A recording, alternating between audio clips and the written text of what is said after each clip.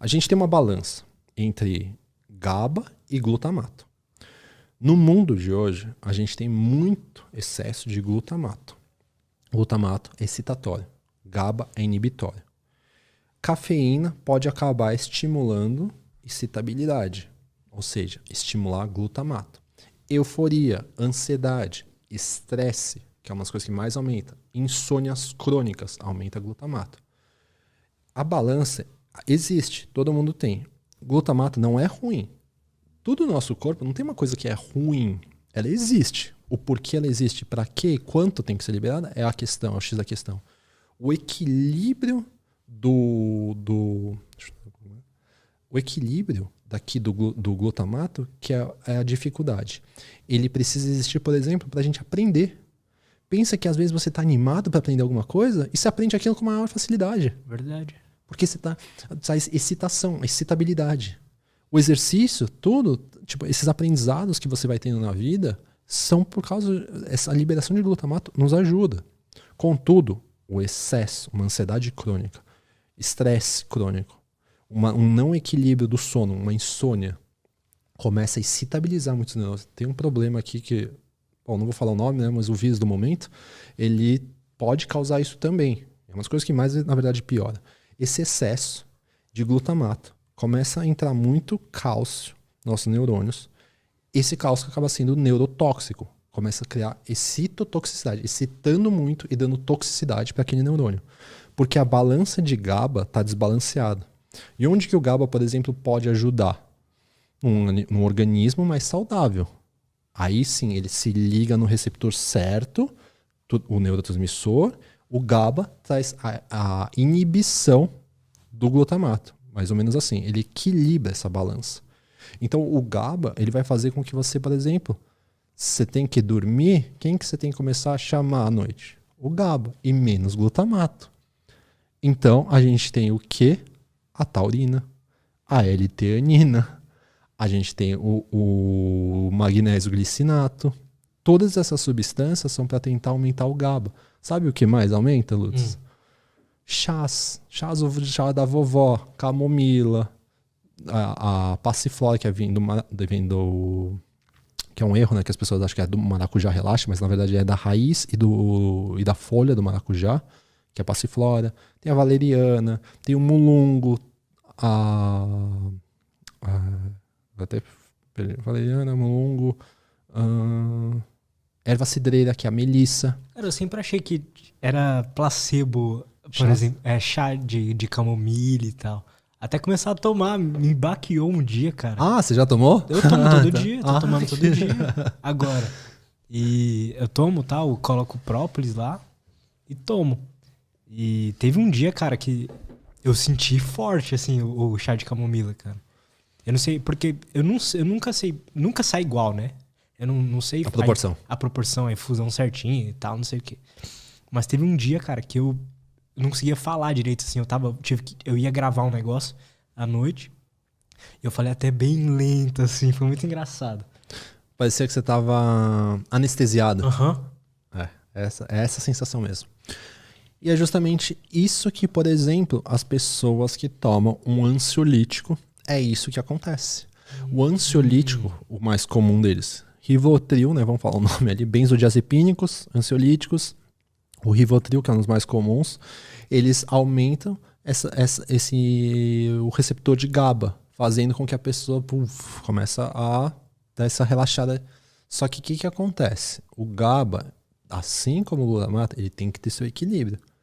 Toda hora você colocar isso no seu organismo, que é o que está acontecendo muito também, porque a pessoa, o que acontece? Ela sente o pico da ansiedade. Eu preciso do meu Rivotril.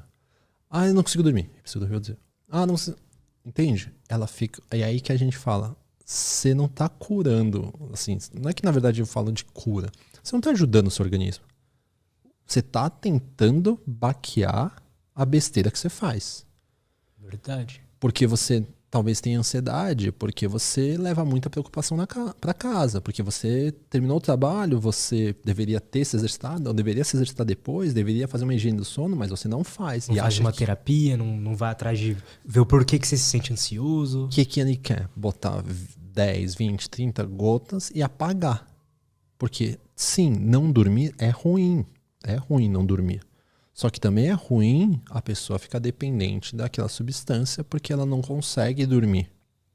Então tem que entender o porquê que ela não consegue dormir. Alguma coisa está acontecendo. Cara, e o que tem de gente que hoje só dorme com remédio? Sim, e o que é o problema desse remédio? Eu acho isso bizarro, cara. Eu fico triste. A médio e longo prazo, ele traz déficit de memória.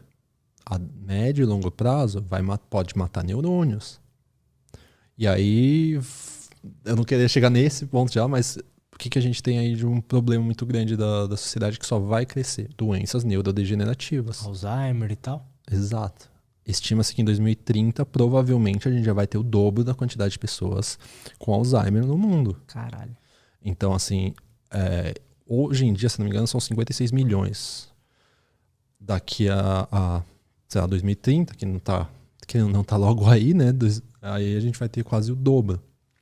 Tem uma frase, né, que fala que você já conheceu algum sobrevivente do câncer, mas você nunca conheceu um sobrevivente do Alzheimer. Você não tem mais volta. Não lembro se eu conheci.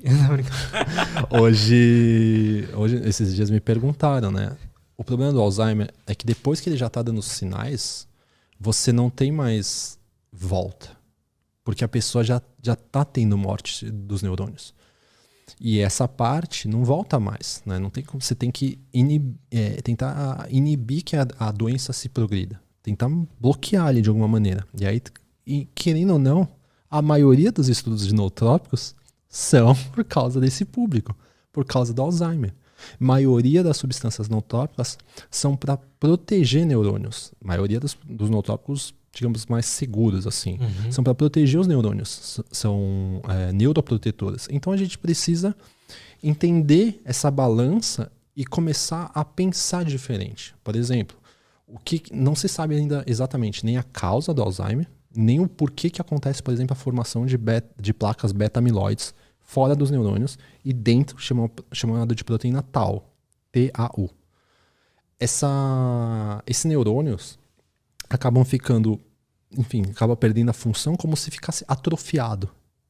Imagina um coração que a pessoa começou a ganhar muito peso e ele não aguenta mais bombear e aí não consegue mais jogar sangue para os tecidos. Imagina que esse coração, esse neurônio, está começando a atrofiar porque é como se estivesse protegendo, enrijecendo isso. Não se sabe o porquê que isso acontece ainda de fato, mas sabe-se que acontece isso. E essa é uma dos possíveis motivos que causam a doença, o mal de Alzheimer, né?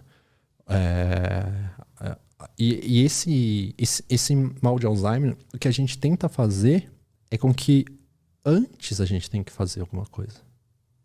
Quando a pessoa já deu sinal, já era. Já tá uns 10 anos avançando. Tipo, 10 anos tá acontecendo alguma coisa naquele cérebro.